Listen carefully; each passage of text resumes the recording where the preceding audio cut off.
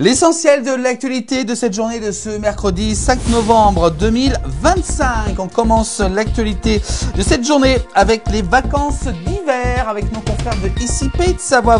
28% donc de touristes ne chausseront pas les skis en station.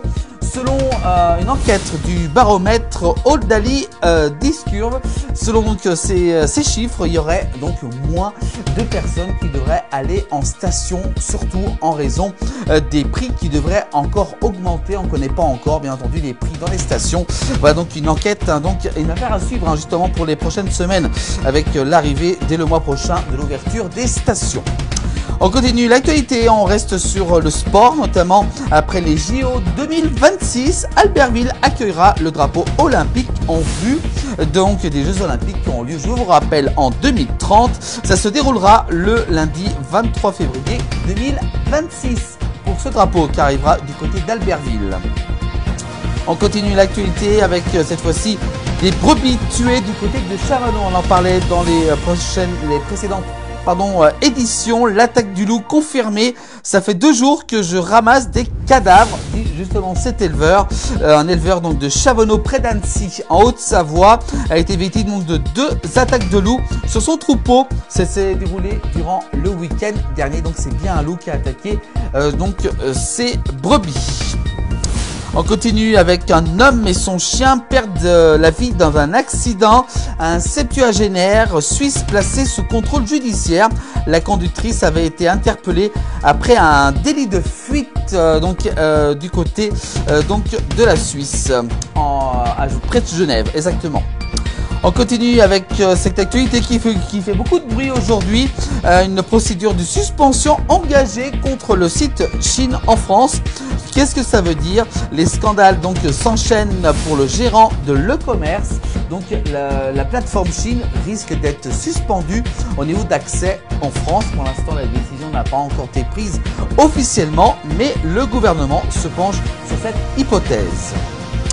On continue avec attention aux faux mails et aux arnaques qui visent actuellement les abonnés de l'opérateur Free. Les clients de l'opérateur Free sont actuellement la cible d'une campagne de phishing. On en parle très souvent, mais là c'est assez important. Donc attention, si vous êtes abonné Free, soyez prudent. Attention de ne pas répondre aux emails frauduleux qui vous demandent par exemple de renseigner votre carte bancaire. C'est totalement faux. Donc prudence à vous. On continue l'actualité des Pays de Savoie avec la politique. Candidat aux élections municipales qui je vous rappelle qui se dérouleront en mars 2026 à Talloires-Mondemain. Thierry Portafait présente donc justement son parcours et ses priorités pour la commune de la rive du lac, est du lac d'Annecy en Haute-Savoie, dont je vous rappelle qui veut redonner justement un cap fédérateur pour la commune. On parle de sport. Avec la ville d'Annecy doit tirer un trait sur plus de 120 000 € suite à la liquidation judiciaire, je vous rappelle, il y a quelques années de l'Évian-Thonon-Gaillard, le TG Football Club, une issue qui intervient 9 ans après son départ du parc des sports. On continue avec le véhicule loué en Suisse a été immobilisé du côté de Thonon en Haute-Savoie. Un conducteur a été intercepté à 106 km/h en pleine ville de Thonon du côté de la Haute-Savoie. On parle de station avec réunis en conseil municipal mardi 4 novembre. Les élus de Bellevaux ont voté contre l'avenant proposé pour sauver la station Roc d'Enfer qui prévoyait d'imposer à la commune de payer 150 000 € de plus par an et de fermer le village de la Chèvrerie. Les élus de Bellevaux qui refusent ce plan de financement proposé pour sauver cette station qui condamne notre économie, a-t-il ajouté. Un accident a eu lieu aujourd'hui, mercredi 5 novembre, sur la commune de Thiers, en Haute-Savoie. Un homme âgé de 75 ans est tombé d'un arbre. Il a été hospitalisé. Il chute quand même de 18 mètres en coupant la cime d'un arbre.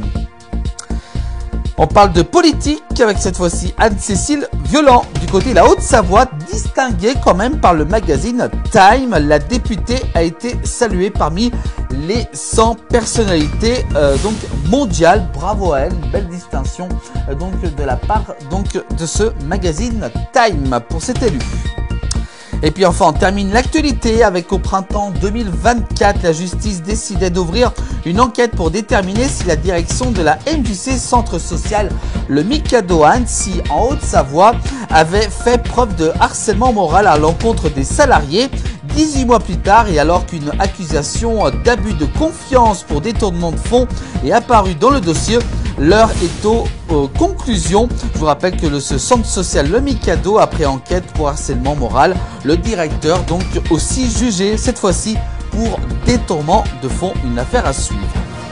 Voilà pour l'actualité de cette journée de ce mercredi 5 novembre. Toute l'actualité est à retrouver tous les soirs dans le 19h et également aussi bien entendu en replay sur l'ensemble des plateformes de la place du village et aussi bien entendu en replay sur notre chaîne de télévision La Place du Village TV, disponible 24h sur 24 et 7 jours sur 7 sur YouTube.